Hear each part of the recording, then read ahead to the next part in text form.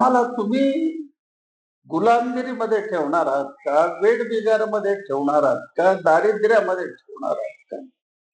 म्हणून हा संघर्ष मोठा होणार आहे आणि कोणत्याही परिस्थितीमध्ये सरकारने निर्णय दिला 3 ऑगस्टला त्यांनी जी आर काढून 14/11/2014 पासून फरकासहित त्यांना याची अंमलबजावणी करावं लागेल.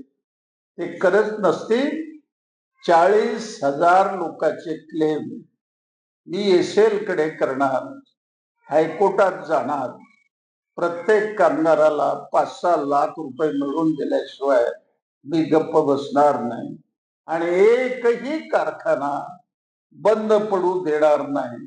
याकरता केंद्र राज्य सरकारला हस्तक्षेप करण्याकरता आम्ही प्रयत्न करू. मास्टर कारखानदाराचं म्हणणं आहे की 379 रुपयाची वेतन वाढ आहे ते आम्हाला देणं परवडत नाही आणि त्यामुळे आम्ही 1 तारखेपासून कारखाने बंद करणार आहोत आणि त्याचबरोबर आम्ही कारखाने जे आहे ते तेलंगणा राज्यात घेऊन जाऊ. यावरती आपली काय नेमकी भूमिका असणार आहे, काय सांगा? आता पूर्ण कॉस्ट तुमच्या पुढे मी ठेवलेला आहे.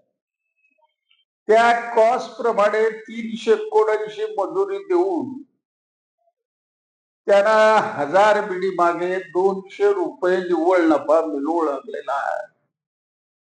ते तेलंगणामध्ये जातील तर तेलंगणच्या मुख्यमंत्र्याला सांगू आम्ही की त्याही ठिकाणी आमचे हजारो कामगार जातील, आंदोलन करतील.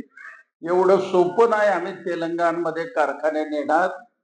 तुमच्या स्वतःचे मालकीचे आहेत, 14 वर्षाचं यांचं फंड, यांची ग्रॅज्युटी, यांचं पेन्शन, यांचं किमान वेतनाचं फरक तुम्ही द्या.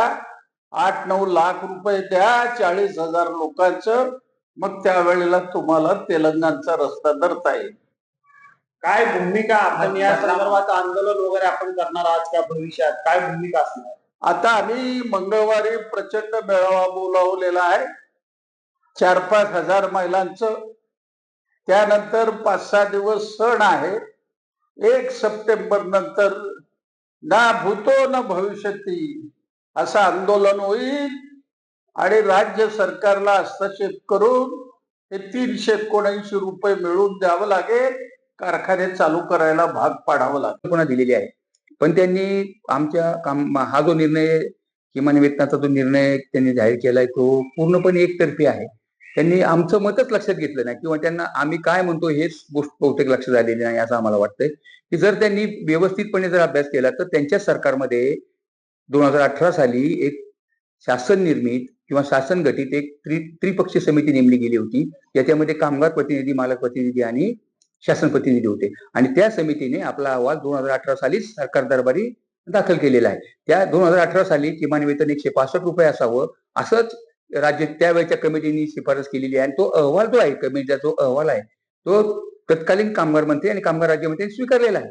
फक्त त्याचं अंमलबजावणी करण्याचं राहिलं होतं किंवा ते नोटिफाईड करायचं राहिलं होतं. ते सरकारने अजून केलं नाही आणि अचानकच सरकार आज आम्हाला सांगतंय की तुम्ही 2014चं जे किमान वेतनाची आधी सूचना आहे 210 अधिक महागाई भत्ता असे टोटल 379 रुपये तुम्ही फारकासह द्या.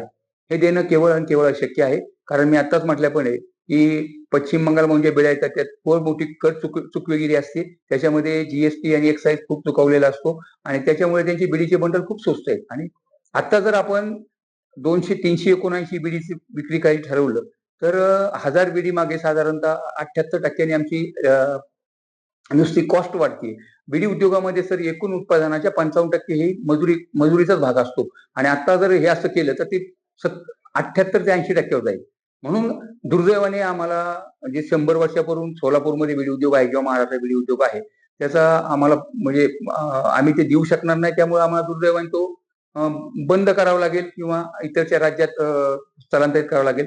शेजारच्या राज्यामध्ये म्हणजे तेलंगणामध्ये आम्ही असं ठरवलेलं आहे की साधारणतः 1 तारखेपर्यंत सरकारने ही अधिसूचना हे जर परिपत्रक काढले ते जर त्यांनी रद्द केलं नाही किंवा मागे नाही घेतलं तर सोलापूरमध्ये जे 30 ते 35 हजार कामगार आहेत आणि महाराष्ट्रामध्ये जे 1.5 ते 2 लाख विडी कामगार आहेत किंवा त्यांच्या अवलंबून असलेले त्यांचे कुटुंबीय याच्या बेरोजगारीला पूर्णपणे राज्य सरकार जबाबदार असेल. कारण राज्य सरकारच आम्हाला हा निर्णय घ्यायला भाग पाडतंय असं आमचं प्रथमदर्शनी मत आहे. राज्य शासनाने त्यामुळे राज्य शासनाला मी विनंती करतो की त्यांनी कामगार संघटनांच्या दबावाखाली जे काही परिपत्र काढलेलं आहे ते त्वरित मागे घ्यावे किंवा ते रद्द करावे. अन्यथा दिनांक 1 सप्टेंबर 2026 पासून महाराष्ट्रातील बीडी उद्योग हा महाराष्ट्रामध्ये बंद होऊन शेजारील तेलंगणा राज्यात किंवा इतर ठिकाणी जिथं बीडी स्वस्त बनते त्या ठिकाणी स्थलांतरित होणार हे अगदी निश्चित. लोकशाही मराठी ऐका, पहा, जागरूक रहा.